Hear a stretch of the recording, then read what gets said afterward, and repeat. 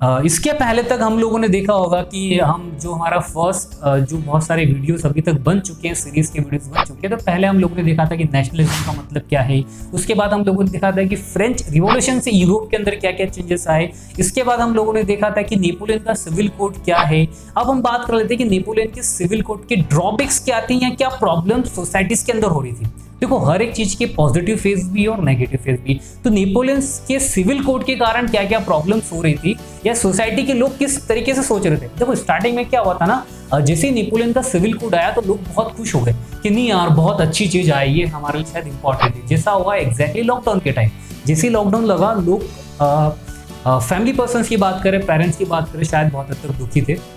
और वहीं स्टूडेंट की बात करें तो बहुत खुश हो गए थे कि ठीक है, अब स्कूल नहीं जाना है, छुट्टी है, घर पे रहेंगे, आराम रहेगा, कुछ नहीं रहेगा। लेकिन धीरे धीरे धीरे लोगों को एहसास हुआ कि इसके कारण प्रॉब्लम क्रिएट हो रही है। अगर घर पे है तो करे क्या। एग्जैक्टली नेपोलियन के सिविल कोड के साथ भी the starting the French armies were welcome as the armies of liberty, but the initial entrepreneurs to turn a hostility as it become a clear new administrative. So Napoleon के बाद जो civil code था, सारी चीजें हुई थी, तो problem क्या हुई थी। सबसे पहला सोचो जरा, नेपोलियन का अल्टीमेटली पूरा का पूरा पर्पस था एक्सपांशन करना। नेपोलियन ये नहीं चाहता था कि वो सोसाइटी को सही करे, उसका पर्पस था कि वो अपने एरिया को, राज्य को बढ़ाते जाए, जीतते जाए। अब सोचो जरा, कोई अगर राजा है या आप ही राजा और आपको अगर एक छोटे से प्लेस पे रूल कर रहे हो और अगर आपको और राज्य जीतना है, तो सबसे पहले चीज की रिक्वायरमेंट क्या होगी। सबसे पहले आपको रिक्वायरमेंट हो सकती है कि आप बोलोगे सर मुझे तो सोल्जर्स चाहिए, मेरे आर्मी मैन चाहिए ना, तभी तो मैं उनके साथ कहीं भी लड़ने के लिए जाऊंगा, वॉर में जाऊंगा तो मैं जीत सकता हूँ। अगर आपके पास आर्मी ही नहीं होगी तो कैसे जीतोगे। तो आप सिंगल वर्क नहीं कर सकते, मतलब आपको आर्मी की जरूरत है। और आर्मी के लिए लोगों की रिक्वायरमेंट है, तो लोग कहाँ से आएंगे। ऐसा तो है नहीं कि नेपोलियन अपने साथ लेके आया होगा इतने सारे लोगों को, ठीक है मेरे पीछे 100-200 हजार है। सो नेपोलियन ने क्या करा था, फ्रांस के अंदर लोगों को रिक्रूट कर रहा था, स्पेशली यूथ को, वो भी फोर्सफुली। आप सोचो जरा, वो नेपोलियन सोसाइटी के अंदर जाता है, मार्केट में जाता है, देखता है आप कितने साल के, 10-12 साल जो भी एज है, आपको उठा के रिक्रूट कर लिया गया। मतलब यंग एज में लोगों को रिक्रूट कर रहा है। अब किसी को भी जबरदस्ती अगर आप आर्मी में पार्टिसिपेट करवा लोगे कि नहीं आपको आर्मी जुड़ना पड़ेगा, आर्मी के अंदर आना पड़ेगा और देश के लिए लड़ना पड़ेगा, पॉसिबल नहीं है। लोग इससे जो थे खफा होते जा रहे थे कि यार ये क्या चीज़ है, मैं क्यों लड़ूं आर्मी में, मेरी तो कोई जरूरत ही नहीं है, मुझे तो ये काम करना ही नहीं है। तो सबसे बड़ी प्रॉब्लम यही होती थी सोसाइटी के अंदर। वो क्या था कि नेपोलियन फोर्सफुली लोगों का रिक्रूटमेंट कर रहा था, जबरदस्ती लोगों को आर्मी के अंदर जुड़ा रहा था, आर्मी के अंदर जोड़ने की कोशिश कर रहा था, लोगों को बोल रहा था कि नहीं आपको आर्मी में आना पड़ेगा और आपको लड़ना पड़ेगा। तो ये एक प्रॉब्लम क्रिएट हो रही थी। सेकंड नंबर की बात करें, सोचो जरा, अगर आप इतनी बड़ी आर्मी बना लोगे तो उस आर्मी को रन करने के लिए, रन करने का मतलब ये नहीं कि इसको दुड़ाना है। आपने बोला सर रन की बात कर, रन करने का मतलब हो गया कि उसको फूड खाने की रिक्वायरमेंट होगी डेली। आप किसी अगर वॉर पे जा रहे होगे तो पहले ऐसा तो था नहीं कि आपको एयरक्राफ्ट में बिठाया, बस में बिठाया, ट्रेन में बिठा के एक प्लेस से दूसरे प्लेस छोड़ दिया। अब मान लो नेपोलियन यहाँ से 200 किलोमीटर 500 किलोमीटर दूर किसी वॉर के लिए जा रहा है।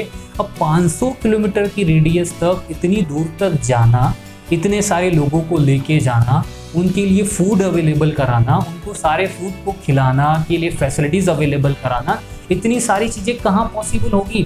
इसके लिए क्या रिक्वायरमेंट लगेगा, इसके लिए रिक्वायरमेंट रहेगा डेफिनेटली। आप बोलोगे सर पैसे की रिक्वायरमेंट तो है, और पैसा कहाँ से आएगा, पेड़ पैसे नहीं, पैसा कैसे आ सकता। तो नेपोलियन ने क्या करा, इस चीज को मेंटेन करने के लिए नेपोलियन ने टैक्स इंक्रीज करा।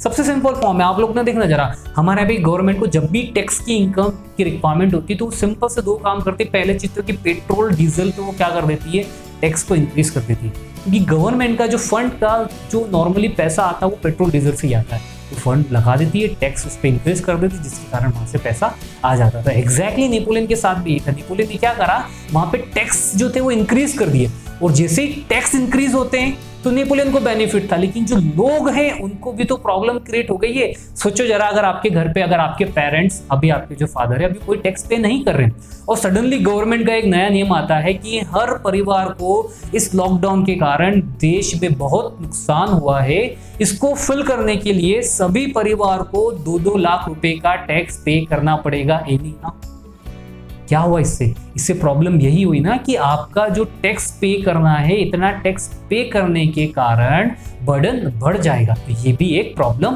हो रही थी। इसके आगे हम बात करते हैं तो एक और प्रॉब्लम जो हो रही थी वो ये था कि पॉलिटिकल फ्रीडम नहीं थी। पॉलिटिकल फ्रीडम का मतलब क्या हो गया कि नेपोलियन के अंदर जो सारे डिसीजन ले रहा है नेपोलियन ले रहा है, किसी और पॉलिटिकल लीडर्स को फ्रीडम नहीं मिल रही है। अब सोचो जरा, अगर कोई अदर पॉलिटिकल लीडर नहीं है, उसको फ्रीडम नहीं मिल रही, तो कहीं ना कहीं उसको प्रॉब्लम तो होगी। एक साथ रह नहीं सकते। आप लोगों ने इसको इसको आप फील करने की कोशिश करो। दो तरीके से बताता हूँ, एक तो पॉलिटिकली बताता हूँ, दो अलग अलग ग्रुप के लीडर साथ में नहीं रह सकते। जैसे फॉर एग्जाम्पल एक बीजेपी का लीडर है और एक कांग्रेस का लीडर है, दोनों की पॉलिटिकली आइडियोलॉजी डिफरेंस और दोनों साथ में नहीं रह सकते। एज इट इज दो बड़े बड़े एक्टर एक साथ में फिल्मों में नहीं आ सकते। अगर आप लोगों ने ऑब्जर्व किया होगा, आप बोलो कि सर आमिर खान, सलमान खान, शाहरुख खान तीनों एक साथ एक फिल्म में आ जाए, पॉसिबल नहीं, क्योंकि तीनों की आइडियोलॉजी अलग अलग है, तीनों का वर्किंग स्टाइल अलग अलग है। अगर आप देखोगे एक एक्टर बहुत फ्री वर्क करता है, एक एक्टर बहुत ही प्रोफेशनली तरीके से वर्क करता है और एक एक्टर बहुत लाइटली हरी किसी मजाक से वर्क करता है। तो ये तीनों के वर्क करने के स्टाइल अलग है, तीनों को साथ मिलाना डिफिकल्ट है। एज इट इज नेपोलियन के साथ जो अदर जो फ्रीडम थी, पॉलिटिकल व्यूज की जो फ्रीडमशिप थी, वो भी नहीं थी। और फोर्थ नंबर पे जो एक और नेपोलियन के साथ जो प्रॉब्लम हो रही थी लोगों को, वो ये था कि मीडिया पे एक रिस्ट्रिक्शन था।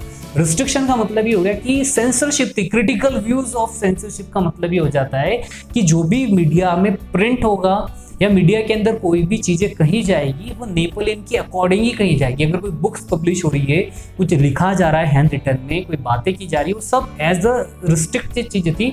वो सबसे पहले आपको नेपोलियन को दिखाना था। नेपोलियन से मतलब जो उसका ग्रुप था, ऐसा नहीं कि हर चीज नेपोलियन देखेगा, वो नेपोलियन के लोग देखेंगे, नेपोलियन के जो मेंबर्स उन्हें देखना पड़ेगा। उसके बाद वो सारी चीजें जो नॉर्मली प्रिंट कर सकते हैं। मतलब एक क्रिटिकल व्यूज जो था मीडिया का, वो रिस्ट्रिक्टेड होता है। अब इसी नेपोलियन के हम इस टॉपिक को कैसे याद रखते हैं, इसके लिए हम लोगों ने फिर एक वर्ड बनाया हुआ है। अगर लास्ट में आप देखोगे, इस वर्ड्स के थ्रू आपको इसी वे ये वर्ड याद करना है और इसका की मीनिंग पूरा मैंने इसमें डिटेल में एक्सप्लेन कर रखा है। इसके साथ अगर आप याद करोगे तो आपको ये पूरा का पूरा नेपोलियन का टॉपिक याद हो जाएगा कि नेपोलियन के साथ क्या पॉजिटिव चेंजेस आए और क्या नेगेटिव चेंजेस भी थे। इसको हम लोगों ने यहाँ पे अभी डिस्कस करा है।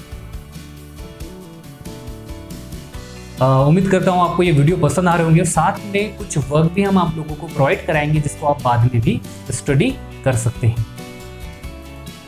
अच्छा, आप एक और चीज़ है बच्चे, वीडियो जो आप देख रहे हो ना, इस वीडियो को नॉर्मली एज अ वीडियो देख रहे हो, पर कोशिश ये करो कि आप साथ में अपने पास एक बुक भी रखें। जैसे आप वीडियो प्ले करें, वीडियो प्ले करने के बाद यहाँ पे एक बार आप वीडियो देख लें और वीडियो को प्ले करने के बाद एक बार आप बुक के अंदर जो टेक्स्ट दे रखे इसको भी एक बार रीड करें। और साथ में आपको जो भी डाउट्स होते हैं उन सारे डाउट्स को एक अलग पेज पे आप नोट डाउन करें, ताकि जब भी आपको लगता है कि सर ये चीज़ हमें समझ में नहीं आई, इसमें क्यों ये चीज़ दे रखा है, सो बाद में जब हमारे ग्रुप डिस्कशन रखेंगे, जब हम लास्ट में हमारी लाइव क्लासेस जब कंटिन्यू करेंगे, उस टाइम पे वो आप सारे क्वेश्चन से पूछ सकते हैं।